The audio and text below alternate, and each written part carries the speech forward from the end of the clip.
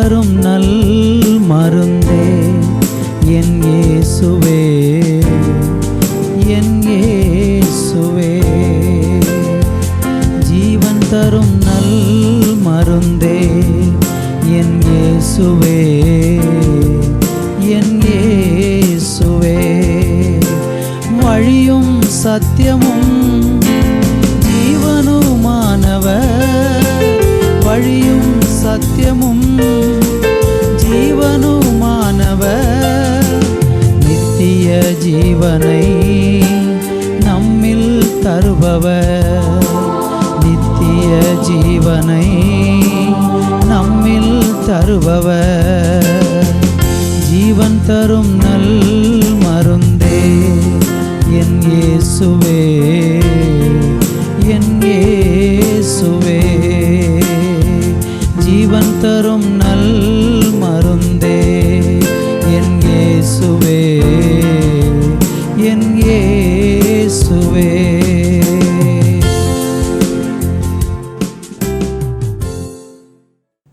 கிறிஸ்துவுக்குள் மிகவும் பிரியமான என் அன்பு தேவ பிள்ளைகளே, ஆண்டவராய் இயேசு கிறிஸ்துவின் நாமத்தில் இந்த ஆசீர்வதிக்கப்பட்ட வேளையில் நாம் ஆண்டவருடைய வார்த்தையை தியானிக்க போகிறோம்.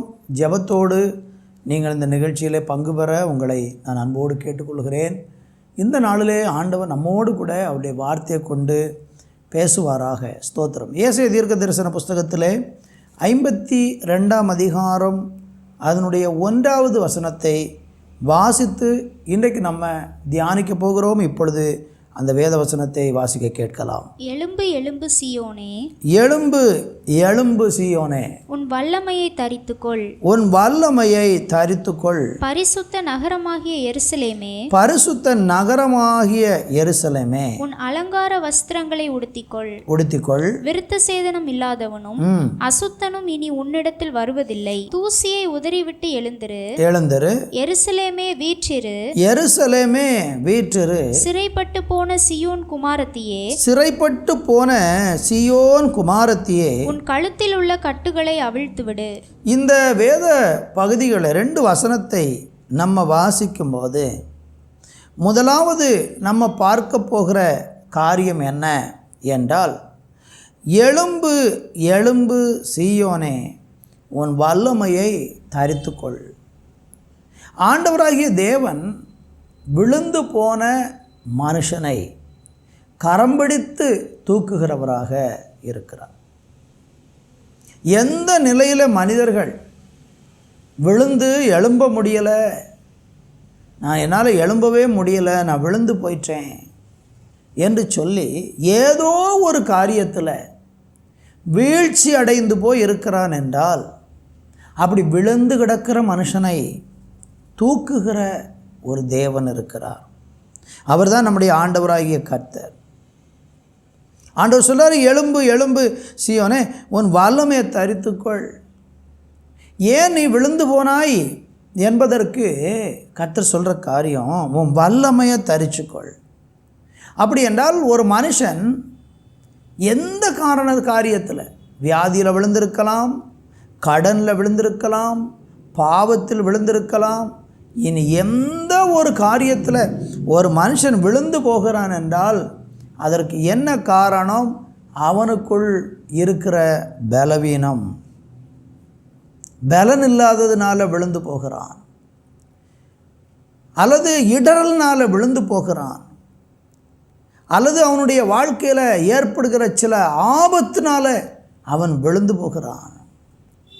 இந்த வார்த்தையை கேட்டுக்கொண்டிருக்கிற நீங்கள் எந்த ஒரு காரியத்தில் எழும்ப முடியலை, என்னால் அப்படியே என் வாழ்க்கை வீழ்ச்சி அடைந்து போய் கிடக்கிறது என்று நீங்கள் புலம்பி கொண்டு இருக்கிறீங்கன்னா, இன்றைக்கி கர்த்தர் உங்களை எழுப்பி நிமிர்ந்து நிற்க பண்ணும்படியாக விரும்புகிறார். நேரலையில் பார்த்து கொண்டிருக்கிற என் அன்பு தேவ பிள்ளைகளே, தொலைக்காட்சியில் பார்க்கிற நீங்கள் வார்த்தையை கேட்கும் போதே உங்கள் உள்ளத்தில் ஆண்டவர் உங்களை எழுப்பி நிறுத்துவதற்கான ஒரு வாஞ்சியை கட்டளையிடுவாராக. முதலாவது நம்ம பார்க்க போகிறது, எழும்புகிறதை குறித்து சொல்லுகிறார். நீ தூசியை உதறிவிட்டு எழுந்திரு என்று 2ஆம் வசனத்தில் அழகாக சொல்கிறார். தூசியை உதறிவிட்டு எழுந்துரு. எழும்ப வேண்டியது எதிலிருந்து என்கிறத இன்றைக்கி 2 காரியத்தை நம்ம பார்க்க போகிறோம். ஒன்று, தூசியை உதறிவிட்டு நாம் எழும்ப வேண்டும். ஆண்டவர் உங்களை எழுப்பும்போது, நம்ம வீழ்ச்சியடைந்த சூழ்நிலையிலிருந்து நாம் எழும்பி வரும்போது, ஏற்கனவே நமக்கு நம்முடைய வாழ்க்கையில் படிந்திருக்கிற தூசி, அழுக்கு, நம்முடைய வாழ்க்கையை வீழ்ச்சிக்கு நேராக கொண்டு போன காரியங்கள் எதுவானாலும் அதிலிருந்தெல்லாம் உதறிவிட்டு எழுந்திருக்கும்படியாக ஆண்டவர் விரும்புகிறார். இந்த வார்த்தையை கேட்டுக்கொண்டிருக்கிற உங்களை ஆண்டவர் தூசியை உதறிவிட்டு எழுந்திருக்கும்படியாக ஆமென் கர்த்தர் இன்றைக்கு உங்களை உந்துகிறார்.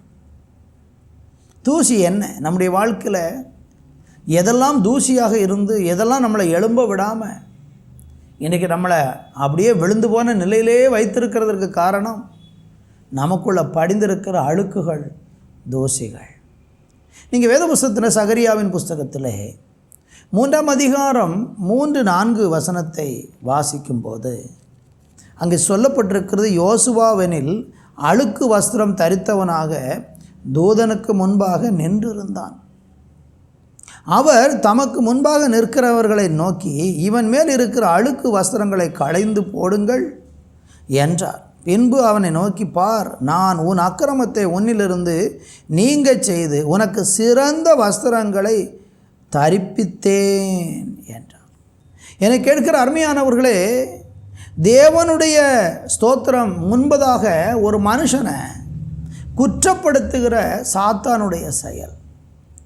இந்த யோசுவா என்கிற பிரதான ஆசாரியன் அழுக்கு வஸ்திரம் தரித்தான் என்று சொல்லப்பட்டிருக்கிறது. இது அன்றைக்கு இஸ்ரவேலருடைய பாவத்தை நமக்கு காண்பிக்கிறது. ஏனென்றால் கீழே சொல்லப்படுகிறது, நான் உன் அக்கிரமத்தை உன்னிலிருந்து நீங்க செய்து உனக்கு சிறந்த வஸ்திரத்தை தரிப்பித்தேன் என்று சொல்கிறார்னா, அந்த யோசுவா அழுக்கு வஸ்திரம் தரித்தது எதை காண்பிக்கிறது என்றால், முழு இஸ்ரவேலும் பாவ அழுக்கிலே, பாவ தூசியிலே, பாவ கரையிலே அன்றைக்கு வாழ்ந்திருந்தாங்க. பிசாசு என்றைக்கும் நம்மளை வீழ்ச்சி அடைய வைக்கிற ஒரு விஷயம், நம்மளை எழும்ப விடாமல் நம்மளை அப்படியே கீழேயே போட்டு மிதித்து நம்ம எந்த ஒரு காரியத்தில் எழும்பக்கூடாது, எழும்பி ஆசீர்வதிக்கப்படக்கூடாது, எழும்பி பிரகாசி உன் ஒளி வந்தது என்று கர்த்தர் சொன்னாரே. ஒரு மனுஷன் எழும்பி பிரகாசித்து அவன் கர்த்தருக்காக பயன்படுகிற ஒரு வாழ்க்கை வாழ வேண்டும் என்று ஆண்டவர் விரும்பினாலும் பிசாசதை விரும்பாதவனாக பூமியில் இருக்கிற அத்தனை மனுஷனும் விழுந்து கிடக்கணும்னு அவன் ஆசைப்படுறான். ஏனென்றால் அவன் விழுந்து போனவன். பிசாசு விழுந்து போன தூதன் என்று பைபிள் சொல்லுகிறது. அவன் தேவனுக்கு எதிராக சிந்தித்து யோசித்து, நான் தேவனுடைய பர்வதத்தில் ஏறுவேன், ஆராதனை கூடங்களுக்கு மேலாக அவன் ஏறுவேன். தேவனுக்கு தன்னை சமமாக்கின அந்த பிசாசை ஆண்டவர் கீழே தள்ளினார் என்று வேதம் சொல்லுகிறது. அவன் விழுந்து போன தூதன். ஆதலால் அவன் விழுந்தவனாக இருக்கிறதுனால எல்லா மனிதனையும் விழ வைக்கணுங்கிறது அவனுடைய விருப்பம், அவனுடைய ஆசை. இந்த வார்த்தையை கேட்டுக்கொண்டிருக்கிற என் அன்பு தேவ பிள்ளைகளே, இன்றைக்கி ஒரு வீழ்ச்சியின் பாதையில், உங்கள் வாழ்க்கை ஒரு வீழ்ச்சியின் பாதையில் இன்றைக்கு இருக்கிறதென்றால், கர்த்தராகிய தேவன் நீங்கள் விழுந்து கிடக்கிறதை விரும்பாமல் உங்களை தூக்கி எடுக்க அவர் விரும்புகிறார். இந்த பாவ அழுக்கிலிருந்து நம்மளை தூக்கி எடுக்க விரும்புகிறார். கர்த்தருக்கு மகிமை உண்டாகட்டும். ஏசாயா தீர்க்க தரிசன புஸ்தகத்திலே 64ஆம் அதிகாரம் 6வது வசனத்தை இப்பொழுது வாசிக்க கேட்போம். நாங்கள் அனைவரும் தீட்டானவர்கள் போல இருக்கிறோம். தீட்டானவர்கள் போல இருக்கிறோம். எங்களுடைய நீதிகள் எல்லாம் அழுக்கான கந்தையை போல. பாருங்கள், மனுஷன் எல்லாருமே பூமியில பைபிள் சொல்லுகிறது, எங்களுடைய நீதி எல்லாம் அழுக்கான ஒரு கந்தை போல இருக்கிறது. நாங்கள் எல்லாரும் தீட்டானவர்கள் போல இருக்கிறோம்.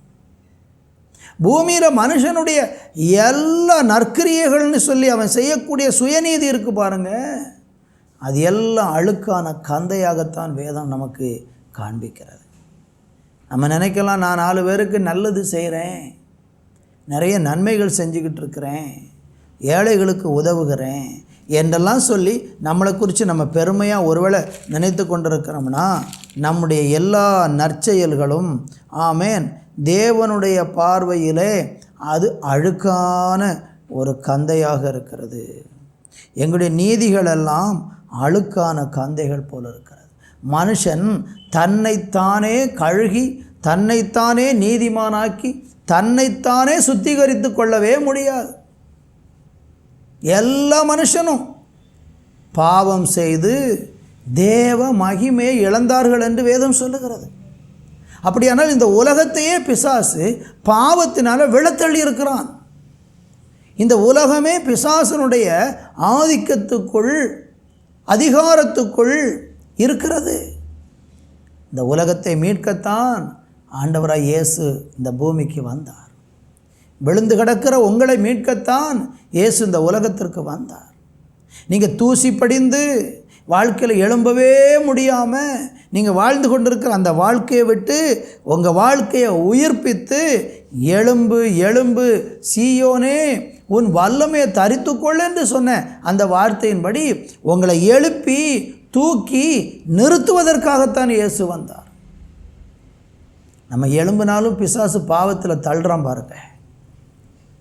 உங்களை தள்ளி கீழே போட விடாத அளவுக்கு உங்களை நிலை நிறுத்தணும். உன் வல்லமையை தரித்து கொண்டு நீ எழுந்து நிற்கணும். நீ சாத்தானுக்கு முன்னால் பயந்து நிற்கக்கூடாது, தலை கவிழ்ந்து நிற்கக்கூடாது, எழுந்து நிமிர்ந்து நிற்க வேண்டும் என்று கர்த்தர் விரும்புகிறார். வார்த்தை கேட்டுக்கொண்டிருக்க தேவ பிள்ளைகளே, எப்படிப்பட்ட ஒரு பாவத்தில் நீங்கள் இன்றைக்கி விழுந்து கிடந்தாலும் தூக்குவதற்கு ஒருவர் இருக்கிறார், மன்னிக்கிறதற்கு ஒருவர் இருக்கிறார், நிலை நிறுத்துவதற்கு ஒருவர் இருக்கிறார். அவர்தான் ஆண்டவராகிய இயேசு கிறிஸ்து. நம்முடைய சுயநீதியில் நீங்கள் எழும்ப முடியாது. உங்கள் சொந்த முயற்சியில் நீங்கள் நீதிமான் ஆக முடியாது. உங்களையும் என்னையும் நீதிமான் ஆக்குகிற இயேசு கிறிஸ்துவுடைய இரத்தம். லூக்கா சுவிசேஷத்தில் 15ஆம் அதிகாரம் 22வது வசனத்தை நம்ம வாசிக்கும்போது அழுக்கு படிந்த அல்லது பாவ கரையில் விழுந்து போன ஒரு மனுஷனை இயேசு தூக்கி விடுகிறதை ஒரு உவமையின் வழியாக சொல்கிறார். 15:22 வாசிக்க கேட்போம். அப்பொழுது தகப்பன் தன் ஊழியக்காரரை நோக்கி நீங்கள் உயர்ந்த வஸ்திரத்தை கொண்டு வந்து இவனுக்கு உடுத்தி இவன் கைக்கு மோதிரத்தையும் கால்களுக்கு பாதரட்சைகளையும் போடுங்கள். இந்த வார்த்தையை கவனிக்கிற அருமையான தேவனுடைய பிள்ளைகளே, இங்கே ஒரு மனுஷன் விழுந்து போகிறான். அவனுக்கு தகப்பனுக்கு அவன் இளைய குமாரனாக இருக்கிறான். அந்த வீட்டில் நல்ல சொகுசாக சந்தோஷமாக வாழ்ந்திருந்த ஒரு மனுஷன். ஒரு நாள் அவனுக்கு ஒரு ஆசை வந்தது. கடவுளுடைய அன்பையெல்லாம் விட்டு தகப்பனுடைய அன்பையெல்லாம் விட்டு அவன் வெளி தேசத்துக்கு போய் தன்னுடைய ஆஸ்திகளை எல்லாம் கொண்டு போய் செலவழித்து தகப்பனிடத்தினுடைய சொத்தெல்லாம் பறித்து கொண்டு அவன் போய் வெளி தேசத்தில் போய் உல்லாசமாய் வாழ்ந்து எல்லாவற்றையும் அழித்து போட்டுட்டான். இப்போ கடைசியில் அவனுக்கு வஸ்திரம் இல்லை. இப்போ பார்த்திங்கன்னா அவனுக்கு சரீரம் முழுவதும் அழுக்கடைந்து விட்டது. அவன் புசிப்பதற்கு ஆகாரம் இல்லை, தங்குவதற்கு இடம் இல்லை. இப்படியாக ஒரு அலங்கோலமான நிலையில் இப்போ தன்னுடைய தகப்பனுடைய வீட்டை அவன் தேடி வருகிறான். விழுந்து போய் தூசி படிந்து அழுக்கு வஸ்திரம் தரித்து கொண்டு தன்னுடைய வாழ்க்கையில் விழுந்துட்டனே, இனி என்னால் எழும்பவே முடியாதா என்ற ஒரு நிலையில் எல்லாத்தையும் இழந்து நஷ்டப்பட்டு வந்து நிற்கிறான். இன்றைக்கி இந்த வார்த்தை கேட்கிற நீங்கள் இன்றைக்கி எல்லாவற்றையும் நஷ்டப்பட்டு வந்து நின்று கொண்டிருக்கலாம். அழகை நஷ்டப்படுத்திட்டீங்க, ஆரோக்கியத்தை நஷ்டப்படுத்திட்டீங்க, உங்கள் தொழிலை நஷ்டப்படுத்திட்டீங்க, உங்கள் பரிசுத்தத்தை நஷ்டப்படுத்திட்டீங்க, உங்களுக்கு இருந்த நல்ல உறவுகளை நஷ்டப்படுத்தி இருக்கிறீங்க. நீங்கள் எல்லாவற்றையும் நஷ்டப்படுத்தி சேதப்படுத்தினாலும் மறுபடியும் உங்களை ஆண்டவர் தூக்குவதற்கு போதுமானவர். இந்த மனுஷன் வந்தபோது ஆண்டவர் அவனை அன்போடு ஏற்றுக்கொண்டு, அவன் சொல்கிறான் பாருங்கள் 21 வசனம், குமாரன் தகப்பனை நோக்கி, தகப்பனே, பரத்துக்கு விரோதமாகவும் உமக்கு விரோதமாகவும் பாவம் செய்தேன், இனி உம்முடைய குமாரன் என்று சொல்லுவதற்கு நான் பாத்திரன் அல்ல என்று சொன்னான். இதைத்தான் கர்த்தர் இன்றைக்கு உங்களை என்னை தூக்குவதற்கு அவர் நம்மகிட்ட எதிர்பார்க்கிறது இந்த ஒரு விஷயந்தான். நாம் செய்த தவறை, நாம் செய்த காரியத்தை, நம்முடைய வாழ்க்கையில் ஏற்பட்ட அந்த வீழ்ச்சியை ஒத்துக்கொண்டு, என் காரணத்தினால தான், என்னுடைய தவறுனால தான், என்னுடைய கவனக்குறைவினால தான், நான் தான் அதற்கு காரணம் என்று பொறுப்பேற்று நம்முடைய குறையை யார் உணர்ந்து ஆண்டவர் அன்றைக்கு வருகிறார்களோ அவங்கள ஆண்டவர், ஆமேன், எலும்பு எலும்பு சீயோனே உன் வல்லமை தரித்துக்கொள்னு சொன்ன மாதிரிக்கு தூசியை உதறிவிட்டு இன்றைக்கி ஆண்டவர் எழுப்பி நிறுத்த போகிறார். அதற்கு அவசியம் என்ன? நம்முடைய நற்கிரியைகள் அல்ல அவசியம், நம்முடைய பாவங்களை உணர்வது, நம்முடைய குறைகளை உணர்வது. இந்த வார்த்தையை கேட்டுக்கொண்டிருக்கிற தேவ பிள்ளைகளே, குறையில்லாத மனுஷன் யாரும் இல்லை. நீங்கள் நினைக்கலாம், ஐயோ நான் மட்டும்தான். அப்படி இல்லை. பூமியில் அத்தனை மனிதனும் குறை உள்ளவன் தான். குறை உள்ளவங்களையும் பாவம் செய்கிறவங்களையும் ஆண்டவர் வெறுக்கலை, நேசிக்கிறாரு. அவனை தூக்கி எழுப்பி நிறுத்த விரும்புகிறாரு. அவனை அழிக்க விரும்பலை, கொல்ல விரும்பலை. அவனை தூக்கி நிறுத்துவதற்கு தான் இயேசு வந்தார். இந்த மகன் தன்னுடைய வீட்டுக்கு எல்லாவற்றையும் இழந்து செய்த தவறை உணர்ந்து வந்தான். இன்றைக்கு உங்களுக்கு ஆண்டவர் சொல்லுகிற வார்த்தை இதுதான். நீங்கள் இன்றைக்கு உங்கள் குறைகளை உணர்ந்து, குற்றங்களை உணர்ந்து, பாவங்களை உணர்ந்து இன்றைக்கி ஆண்டவர்கிட்ட வந்து பாருங்கள். நீங்கள் எதையெல்லாம் இழந்தீங்களோ, நீங்கள் எதிலெல்லாம் இன்றைக்கி வீழ்ச்சி அடைஞ்சு கிடக்கிறீங்க, தூக்குவார் ஆண்டவர். உலக பிரகாரமான ஆசீர்வாதத்தை கொடுத்து தூக்குவார். சரீரத்தில் ஆரோக்கியத்தை கொடுத்து உங்களை தூக்குவார். உங்களை பரிசுத்த வாழ்க்கையை தந்து தூக்குவார். உலகத்தில் நல்ல ஸ்தான மானங்களை தந்து உங்களை தூக்குவார். உங்களை ஏளனம் பண்ணின, பரிகாசம் பண்ணின, அற்பமாக எண்ணின, உதறி தள்ளின, உங்களை ஆதரிக்காமல் உங்களை ரொம்ப கீழ்த்தரமாய் நடத்தின ஆட்களுக்கு முன்பதாக எல்லாம் கர்த்தர் உங்களுடைய சிரசை உயர்த்தி வல்லமையை தரித்து கொள்ள ஆண்டவர் உதவி செய்வார். ஸ்தோத்திரம். அந்த மகனுக்கு அந்த தகப்பன் கொடுத்தது என்ன தெரியுமா? நீங்கள் உயர்ந்த வஸ்திரத்தை கொண்டு வந்து இவனுக்கு உடுத்துங்கன்னு சொன்னார். அவன் உடுத்தி கொண்டு வந்த வஸ்திரம் அழுக்கு வஸ்திரமாக இருந்தது. நல்ல வஸ்திரம் இல்லை, எல்லாம் கிழிந்து கந்தல் கோலமாகிவிட்டது. காரணம் யார்? அவனே தான் தேடி போனான். பாவம் இவனை தேடி வரல, இவனே தான் தேடி போனான்.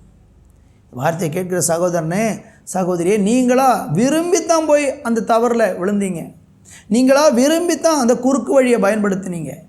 நீங்களா விரும்பித்தான் தெரிஞ்சு தான் போய் அதில் மாட்டிக்கொண்டீங்க. ஒருவேளை நீங்கள் தெரியாமல் கூட போய் அகப்பட்டாலும் கூட உங்களுக்கு இன்றைக்கி ஒரு விடுதலை உண்டு, ஒரு விடுதலை உண்டு. தூசியை உதறிவிட்டு அவர் இன்றைக்கி உங்களை எழுப்ப அவர் விரும்புகிறார். கர்த்தருக்கு மகிமை உண்டாகட்டும். இந்த வார்த்தையை கேட்கிற உங்கள் வாழ்க்கையில் இன்றைக்கே அந்த அந்த அந்த விடுதலையும் அந்த மாற்றத்தையும் நீங்கள் அனுபவிக்க கர்த்தர் உங்களுக்கு விடுதலை கர்த்தர் இன்றைக்கி உதவி செய்ய போகிறாரு. நீங்கள் செய்ய வேண்டிய ஒன்றே ஒன்று தான், உங்களை ஒப்பு கொடுங்க. உங்கள் வாழ்க்கை இயேசுவுக்கு ஒப்பு கொடுங்க. ஆண்டவரே, நான் என்னை அர்ப்பணிக்கிறேன். நான் ஒரு பாவி தான், என்கிட்ட தப்பு இருக்குது, என்கிட்ட குறை இருக்கிறது, நான் விழுந்தது உண்மை தான், நான் தெரிஞ்சு தான் செஞ்சேன், என் நாவலே பொய் இருக்கிறது, பலவித பாவத்தில் நான் இன்றைக்கி வாழ்ந்து கொண்டிருக்கிறேன். என் வாழ்க்கையில் எழும்பணுன்னு ஆசை. எல்லார மாதிரி நானும் நல்லா உழைக்கணும், சம்பாதிக்கணும், என் பிள்ளைகளை குடும்பத்தை பார்க்கணும், பெற்றோர்களுக்கு நல்ல ஒரு மகனாக இருக்கணும். பெற்றோர்களை என்னை நம்பி என் கையில் பணத்தை கொடுத்துருக்குறாங்க. பெற்றோர்கள் நம்பி என்னை தூர இடத்துல படிக்க அனுப்பியிருக்கிறாங்க. அவங்க என்னை தூரத்திலிருந்து பார்க்காவிட்டாலும் இந்த நான் படிக்கிற இடத்துல நான் என்னையை ஏமாற்றி, பெற்றோர்களை ஏமாற்றி, குடும்பத்தை ஏமாற்றி வாழ்ந்து கொண்டு இருக்கிறேன், நான் மாற விரும்புகிறேன் அப்படின்னு நீங்கள் சொன்னீங்கன்னா, அழிவ தம்பி தங்கச்சி, நீங்கள் யாராக இருந்தாலும் உங்கள் வாழ்க்கையை கர்த்தர் மாற்றி உங்களுக்கு ஒரு அலங்காரமான ஒரு அழகான வஸ்திரத்தை கொடுத்து உங்களை அவர் ஆசீர்வதிக்க விரும்புகிறார். ஏசாயா தீர்க்க தரிசன புஸ்தகத்தில் 52 ஒன்றை மறுபடி ஒரு விசை கூட வாசிக்க கேட்போம். எழும்பு எழும்பு சீயோனே, எழும்பு எழும்பு சீயோனே, உன் வல்லமையை தரித்துக்கொள், உன் வல்லமையை தரித்துக்கொள். பரிசுத்த நகரமாகிய எருசலேமே, எருசலேமே, உன் அலங்கார வஸ்திரங்களை உடுத்திக்கொள், உன் அலங்கார வஸ்திரங்களை உடுத்திக்கொள் அப்படின்னு சொல்றாரு. ஒரு அலங்காரமான அழுக்கான வஸ்திரம் அல்ல, தூசி படிந்த ஒரு வஸ்திரம் அல்ல, ஒரு அலங்காரமான வஸ்திரத்தை சொல்றார் பாருங்க. உன் அலங்கார வஸ்திரத்தை நீ உடுத்திக்கோ.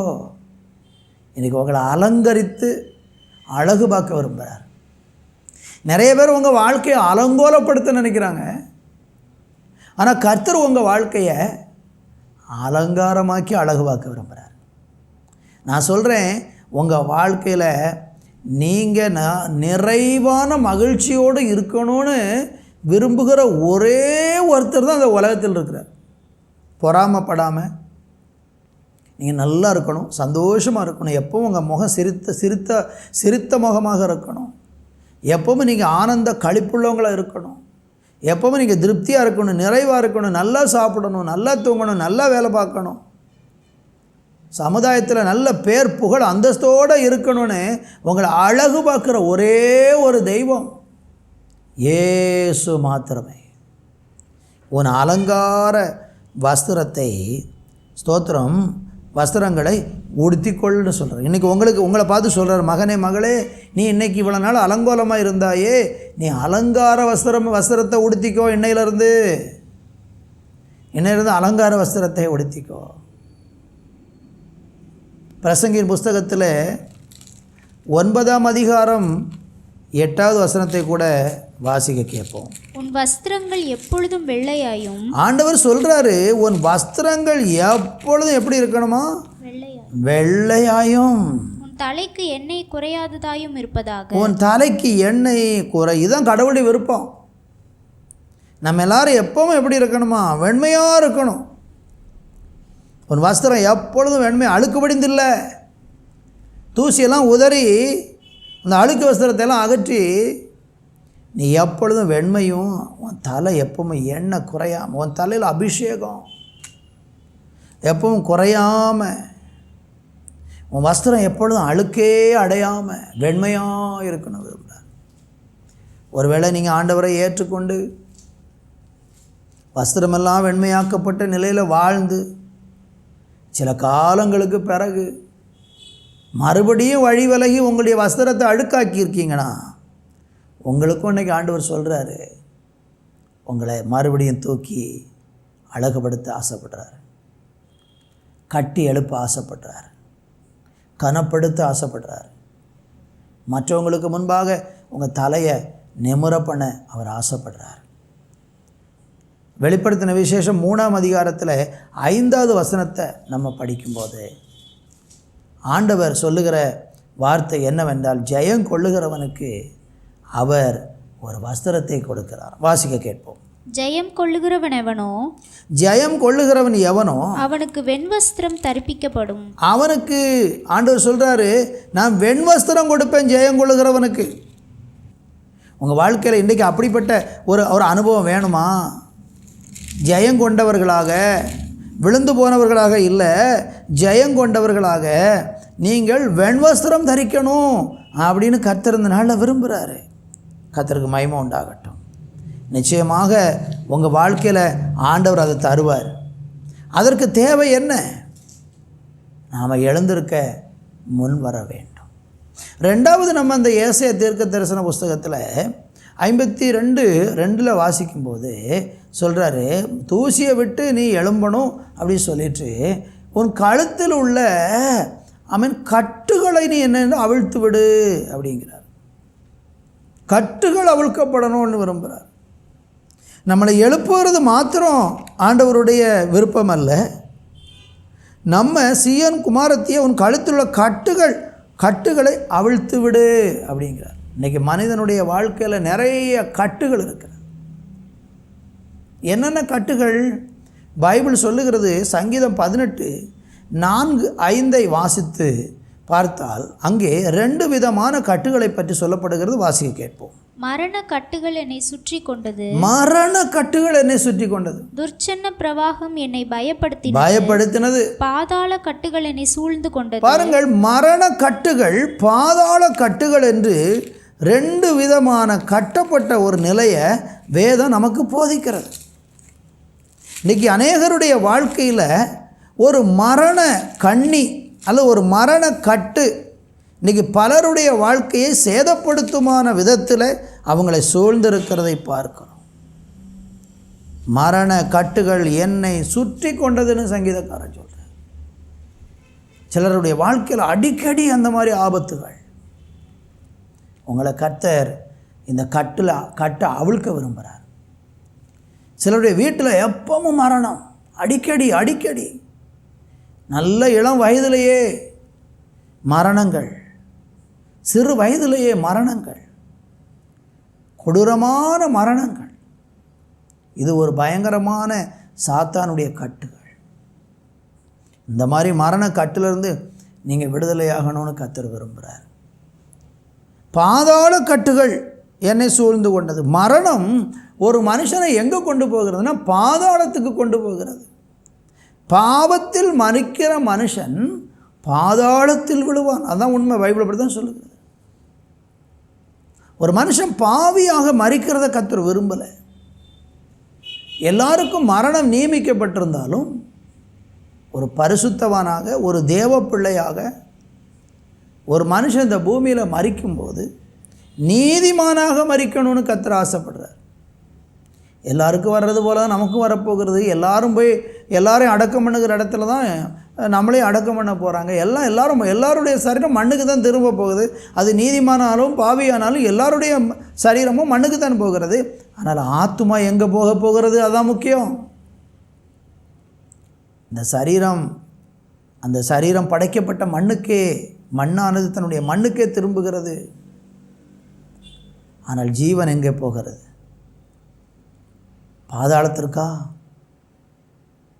பாதாளத்திற்கா அல்லது பரதீசாவுக்கா, நித்திய ஜீவனுக்கா, நித்திய மரணத்துக்கா, நித்திய அழிவுக்கா அல்லது நித்திய ஜீவனுக்கா போகிறது? இதை நம்ம தான் தீர்மானிக்கணும்.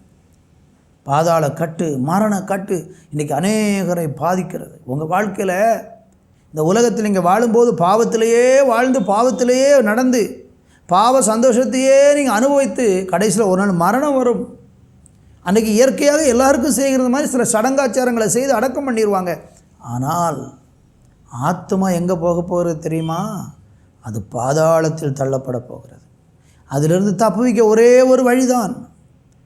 ஆண்டவராகிய இயேசு, ஆண்டவராகிய தேவன் பாதாள கட்டுகளை ஆமேன் அவிழ்க்க ஆசைப்படுகிறார். சங்கீதங்களின் புஸ்தகம் 107 14வது வசனத்தை வாசிக்கும்போது அங்கே ஆண்டவர் பாதாள கட்டில் இருக்கிற அல்லது கட்டுகளை அறுக்கக்கூடிய தேவன் என்று வாசிக்க கேட்போம். அந்தகாரத்திலும் மரண இருளிலும் இருந்து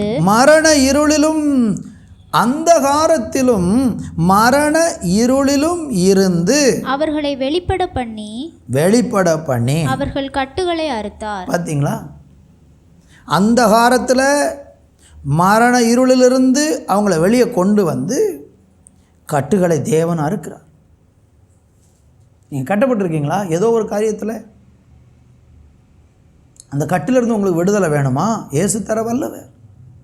நீங்கள் கட்டப்பட்டிருக்கிறத விரும்பலை. உங்களால் தானாகவே கட்டவிழ்த்து வெளியே வர முடியாது. நீங்களாக முயற்சித்த முடியாது. நீங்களாக அந்த கடன், அந்த பிரச்சனை எதுலேருந்து நீங்கள் விடுதலை வர முடியாது. உங்களை விடுவிக்கிற ஒருவர் வேணும். கட்டுகளை அறுக்கிற ஒருவர் வேணும். அவர் தான் ஆண்டவராகிய இயேசு கிறிஸ்து. அது அழகாக சொல்கிறார். என்ன வாசித்தோம் அங்கே? அழகாக சொல்கிறது, அந்தகாரத்திலும் மரண கட்டிலுமிருந்து அவர்களை வெளிப்பட பண்ணி அவர்கள் கட்டுகளை அறுத்தார். இந்த வார்த்தையை கேட்கிற நீங்கள் எந்த விதமான கட்டில் இருந்தாலும் உங்களுக்கு விடுதலை உண்டு. 116ஆம் சங்கீதம் அதனுடைய 16வது வசனத்தை வாசிக்க கேட்போம். கர்த்தாவே, நான் உமது அடியேன், நான் உமது அடியாளின் புத்திரனும் உமது ஊழியக்காரனுமாய் இருக்கிறேன். என் கட்டுகளை அவிழ்த்து விட்டு. ஒரு மனுஷன் சொல்றாரு, என் கட்டுகளை கர்த்தர் அறுத்துட்டாரு. ஆமென். உங்கள் கட்டுகளை ஆண்டவர் அறுப்பார். நீங்களும் சொல்ல போகிறீங்க, கர்த்தாவே உமது ஊழியக்காரனுமாக இருக்கிறேன், என் கட்டுகளை அவிழ்த்து விட்டீர் அப்படின்னு நீங்கள் சொல்கிற அளவுக்கு தேவன் உங்களுக்கு ஒரு நிச்சயமான விடுதலையை தந்து ஆசீர்வதிக்க போகிறார். இந்த வார்த்தையை கேட்கிற உங்கள் வாழ்க்கையில் நீங்கள் கட்டப்பட்ட சூழ்நிலையில் இருப்பீங்கன்னா நிச்சயமாக ஆண்டவர் அந்த கட்டுகளை அவிழ்த்து உங்களை உயர்த்தி உங்களை நிச்சயமாக அவர் மேன்மைப்படுத்தி ஆசீர்வதிக்க போகிறார். இன்றைக்கி உங்கள் வாழ்க்கையை ஒப்பு கொடுப்பீங்களா? நான் உங்களுக்கு ஜெபிக்க போகிறேன். என்னோடு கூட சேர்ந்து தலைகளை தாழ்த்தி நான் எழும்ப விரும்புகிறேன், கட்டு அவிழ்க்கப்பட விரும்புகிறேன், என்னுடைய அழுக்கிலிருந்து பாவத்திலிருந்து விடுதலையாக விரும்புகிறேன்னு சொல்லி உங்களை ஒப்பு கொடுக்கீங்கன்னா நிச்சயம் கர்த்தர் இன்றைக்கு உங்களை அற்புதம் செய்வார். நல்ல தகப்பனே, இந்த வேலைக்காக நன்றி. இந்த வார்த்தையை கேட்டுக்கொண்டிருக்கிற அன்பு பிள்ளைகள் ஒவ்வொருவருக்காக ஜெபிக்கிறேன். அவங்களை சூழ்ந்திருக்கிற மரணக்கட்டானாலும் பாதாள கட்டுகளானாலும் ஆண்டவரே, தூசியில் விழுந்து கிடக்கிற நிலையானாலும் ஆண்டவரே, வஸ்திரம் அழுக்கான ஒரு சூழ்நிலையானாலும் எந்த ஒரு சூழ்நிலையானாலும் உங்களுடைய பிள்ளைகளுக்கு இன்றைக்கு உங்கள் நாமத்தினால ஒரு பெரிய விடுதலையை கர்த்தர் கட்டளையிடுவீராக என்று சொல்லி நாங்கள் ஜெபிக்கிறோம். இப்படி செய்து நீங்கள் ஆசீர்வதிக்க போகிற நல்ல கிருபைக்காக நன்றி. தொடர்ந்து கூட துதிக்கான மகிமையெல்லாம் நமக்கு செலுத்துகிறோம். பெரிய காரியங்களை செய்யும் இயேசுவின் நாமத்தில் ஜெபிக்கிறோம் எங்கள் நல்ல பிதாவே. ஆமென், ஆமென். அன்பு தேவ பிள்ளைகளே, தேவன் நம்மோடு கூட பேசி இருக்கிறார் என்று நான் விசுவாசிக்கிறேன். மற்றொரு நிகழ்ச்சியில் உங்களை சந்திக்கும் வரைக்கும் தேவ சமாதானம் உங்களோடு இருப்பதாக. ஆமென், ஆமென்.